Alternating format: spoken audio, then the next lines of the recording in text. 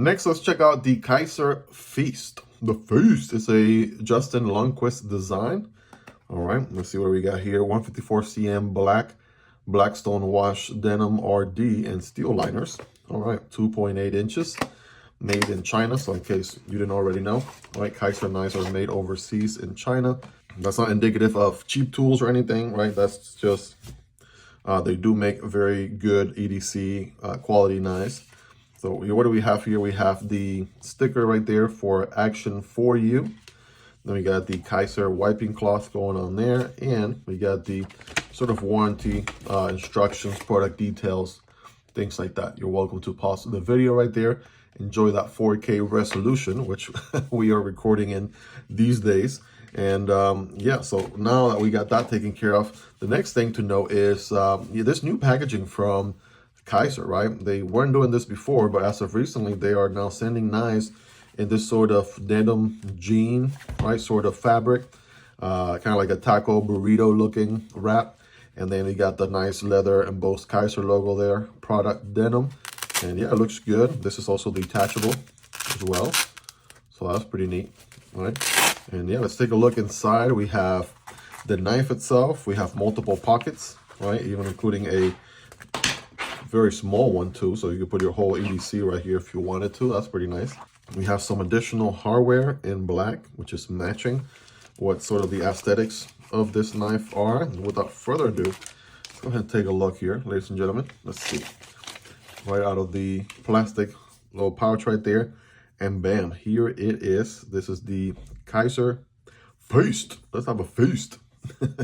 So the red micarta here, very reminiscent of that red micarta that we just looked at with the Kizer Comet, right? We'll come back to this one here during size comparisons in just a moment. We got the red and black theme going on, right? Micarta scales through and through. We have recessed liners on this one, so they're not showing, they're recessed. And it looks like the only deployment option on this one is the front flipper. So that's interesting.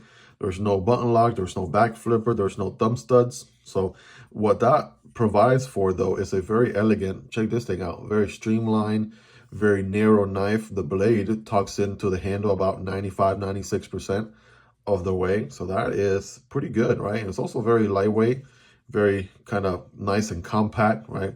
It's not gonna be anything crazy like say a Demko AD 20.5, for example. Like notice the footprint difference right there, right? So you get the idea what they're going for, right? Very narrow, streamlined design, Jacob Lundquist style, which by the way, he's the same one that designed the Kizer Vanish and the QSP variant PE, right? Same designer here. So without further ado, ladies and gentlemen, let's go ahead and get this thing flipped open here, shall we?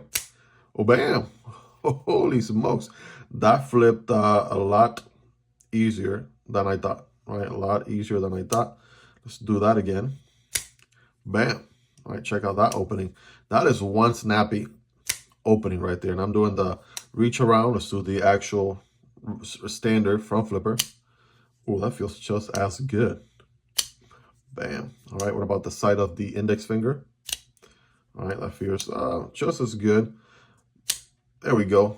That's at least 3 deployment options with the one single front flipper right there. So I always say, you guys know my philosophy. If you're going to give me one deployment option and one deployment option only, then really make sure that it is satisfying, that it is very, very, like it feels good, right? Make sure that it is just satisfying to the moon. Because otherwise, I'm more of a multiple deployment options sort of EDC guy, right? I like to fidget with the knife. I like to have multiple options, right, to deploy. But here, even with the front flipper, I mean, you could... This thing was tuned so well. It is crazy snappy on the opening there. So what do we have going on here? So Jacob Lundquist. Now I'm seeing the different logo. I know there are 2 Jacob Lundquists out there, which is interesting. I just mentioned the variant PE and the Vanish, but this is probably the other Jacob Lundquist, right? Because I know the other one has like an arrow, kind of like it looks like an arrow pointing down sort of logo. This is just a J, the L, Lundquist. So yeah, I'm pretty sure there's 2 Jacob Lundquists. The design nice. Right? What are the coincidence? What are the odds of that, right? But yeah, that is true. That is a thing. So the Feist is the model name there. 154 cm Kizer logo on this side. Black wash blade. Love the geometry on this one, right? It kind of gives me Very much Warncliffe, right, vibes. If you know me, you know I love me a nice sheep's foot Warncliffe style blade. It does have a good amount of belly right there, but man, that is my kind of blade geometry all day, every day. Flat grind going on with a nice little sort of curvature line right there. Kind of gives it personality. We do have a sharpening choil right there, so you should be able to get some good sharpens out of this one without a smile for the most part. It does get sort of thick pretty quick though, so you know, take that with a grain of salt. And it is a liner lock, so you can, you know, access that liner from the show side, right? There's just enough room for you to sort of sink your thumb in there, push the liner out of the way, and then close the knife. So yeah, very well executed, right? It is on ball bearings. Yes, it is actually on ball bearings, except, you know, it hasn't been broken in yet, so it's not a drop shot guillotine on the way down. It's more of a shake shutter, right? Has a good detent, right? Very sort of snappy detent. And I think that's what gives the front flipper such a satisfying opening, to be honest, right? The other thing too is that I'm you know, curious as to why they didn't just run the jimping all the way around, right? Whenever OEMs and companies do knives, typically I'm more of a, you know, give me some more jimping that loops around, because, you know, even from this, you know, reach around point of view, even if you were to slip off like the way it is right now, that additional jimping will give you additional grip and you'll be able to get it deployed with no issues at all. So that's about the only thing right there that I would say, you know, first impressions again will be nice to have some additional jimping. You can also slow roll this guy open just like that, right? And yeah, let's get a feel for the ergonomics right here. So it is sort of that medium-sized knife, right? Maybe a tad bit too big to be a small knife, so it's a medium. And I can get a full 4-finger grip here, which is pretty neat. And then, yeah, it's a very rectangular sort of design here, so no curvatures or nothing crazy going on. So, you know, you're free to grip whatever you want. You're not locked into one specific location or place. And the other thing that I noticed too is the pocket clip. Pocket clip is reversible, right? It looks like it is nice. It goes in and out of the pocket. Should be able to go in and out of the pocket fairly well, and the bill is not too high. So ergonomically speaking, that is one comfortable clip right there. I give it a good 9.5 out of 10. And the only thing is it's not reversible. So same deal with the Comet that we just looked at. You know, I'm using it with my left hand here. I want to say front flippers are not the ones that I'm most trained with on my left hand, but I would assume lefties are also, you know, trained on front flipping. So that should be no issue. And yeah, I'm wondering why they wouldn't have made a reversible pocket clip, right? That seems like a missed opportunity. They could have done it with a filler tab, just like on the Vosteed Raccoon here. Now, I do know, you know, crossbar lock knives and button lock knives are, you know, I guess arguably a little bit more ambidextrous friendly than crossbar lock and liner locks. But still, again, left hand, you know, I'm deploying the knife, I'm closing the knife. You know, it wouldn't hurt to have the ability to reverse the clip. That would have been neat. But other than that, we have a sandwich construction here, one standoff towards the back. And that's about it, right? Very simple construction for the most part. So let's do some size comparisons, right? There again is the Feist. And here is the Comet that we just looked at. These are very comparable and sort of carrying sort of the same aesthetics, if you would. So check that out. You know, got a little bit of black, a little bit of that red micarta going on. Let's go ahead and do some more of the typical knives here in the channel. There's your PM2 right there. Obviously, that's a much larger knife. There's your Pair 3. Also a larger knife indeed. Again, this guy's going to be in the small category, maybe even borderline of the medium sort of whatever that line is. It's a medium, if you would. So check it out. Here's the Demko AD 20.5 and the smaller brother, the Shark Cub.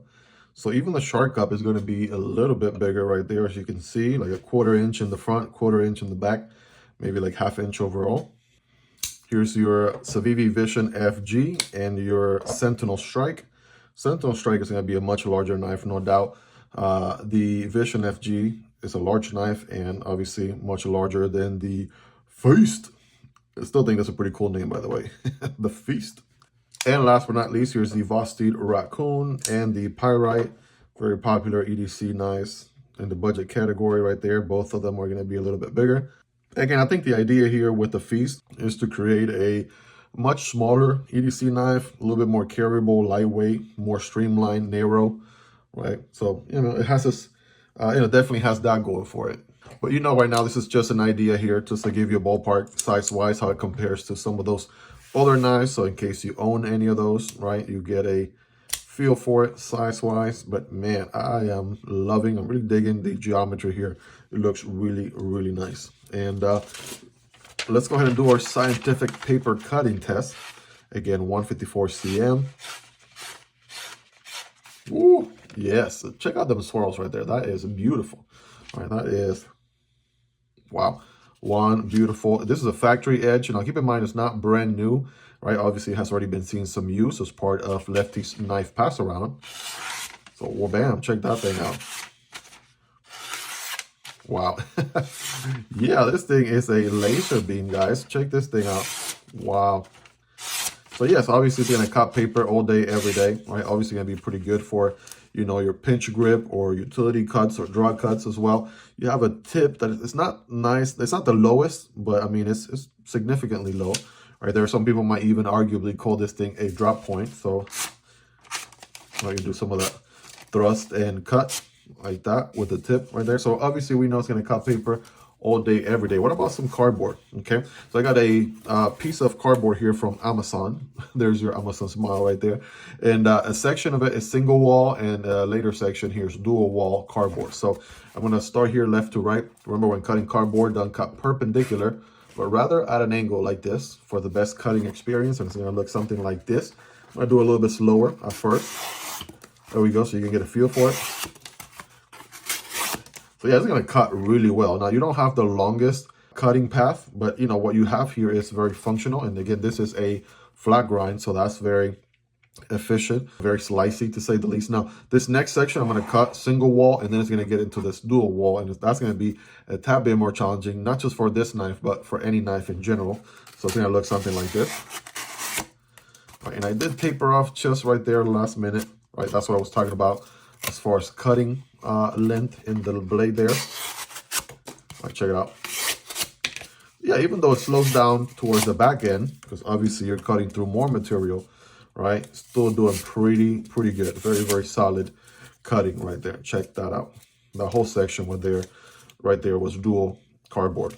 Well, there it is, guys. The Feast, right? Again, factory edge, not necessarily brand new, right? Putting in some work. You guys rate it in the comments and let me know, how sharp is this guy on a scale from 1 through 10, obviously 10 being the sharpest. Let me know in the comments. Well, there you have it, guys. That is the Kizer Feist. Pretty cool name, Jacob Lundquist design. Very interesting geometry. I'm really digging it. Liner lock, 154 cm. This particular one is black wash with the red micarta and the recessed liners, the pocket carry clip.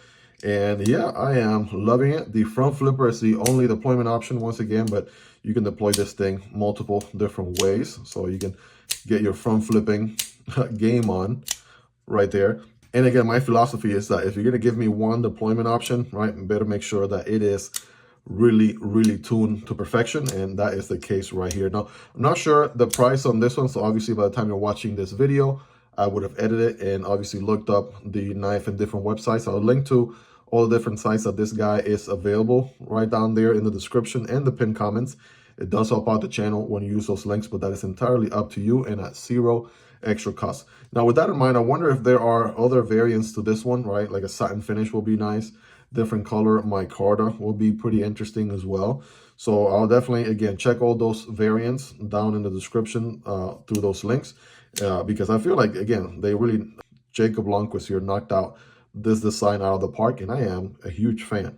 I'm just gonna say that right now, but you know how the drill goes, right? This is just an unboxing and first impressions of the knife. I obviously have to carry it for a little while and try to gather as much feedback as I possibly can before dropping a comprehensive review video here in the channel, hopefully very soon. So if you're not yet subscribed, this would be a great time to smash that subscribe button. I make knife and EDC content like this on a daily basis, and I promise you, it'll be worth coming back for more. If you found value out of this video, smash that like button for the YouTube algorithm. It definitely helps this video and the channel overall get pushed to a larger audience. And if you made it to the end, guys, you are the real MVP. Thank you so much for hanging out with me here until the very end. Check out the unboxing on the Kizer Comet right here. This is a monconized design, another interesting one. So I'll put a card for that one right here on your left, or you can watch this other Kizer knife right here that I recommend on your right. Either way, guys, if you want to support the channel, there's a link for Patreon down below, or you can simply support the channel right here on YouTube by becoming a channel member. You'll get access to exclusive perks. Hope you guys have a fantastic rest of your day, guys. Take care, and I'll catch you guys on the next video, either this one or this one. Peace.